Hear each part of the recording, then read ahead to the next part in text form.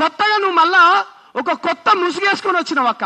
ఏం ముసుగేసుకొచ్చినావు? మళ్ళా బీసీ వాదం అనుకుంటా. బీసీ వాదం మీరు కొత్తగా ఏమి వేసుకోవాల్సిన అవసరం లేదక్క. మీ పార్టీలో ఎవరెవరు ఉన్నారు?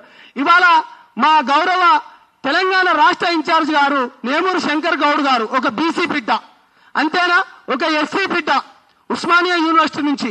నేను కూడా ఒక ఎస్సీ బిడ్డ. బీసీలు ఉన్నారు, ఎస్సీలు ఉన్నారు, ఎస్టీలు ఉన్నారు, ఓసీ బిడ్డలు అందరినీ సమానంగా చూసుకుంటూ పోతున్నారు. నేను చివరిగా ఒకటే మాట్లాడుతున్నారు.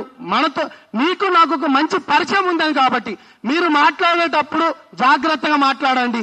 కేసీఆర్ బిడ్డ కాకపోతే నువ్వు తెలంగాణ రాష్ట్రంలో కుక్కలు కూడా డేకవక్క. మిమ్మల్ని కుక్కలు కూడా డేకవని ఒక ఓల్డ్ విద్యార్థిగా ఉద్యమాలు చేసింది మేము, విద్యార్థులు బలిదానాలు చేసుకునేది మేము, 1600 మంది విద్యార్థులు చనిపోయింది మేము. మా శవాల పైన మీరు తూలుతూ గద్దెనెక్కి కూర్చున్నారు ఇవాళ. కాబట్టి నేను ఒకటే మాట చెప్పదలుచుకున్నాను.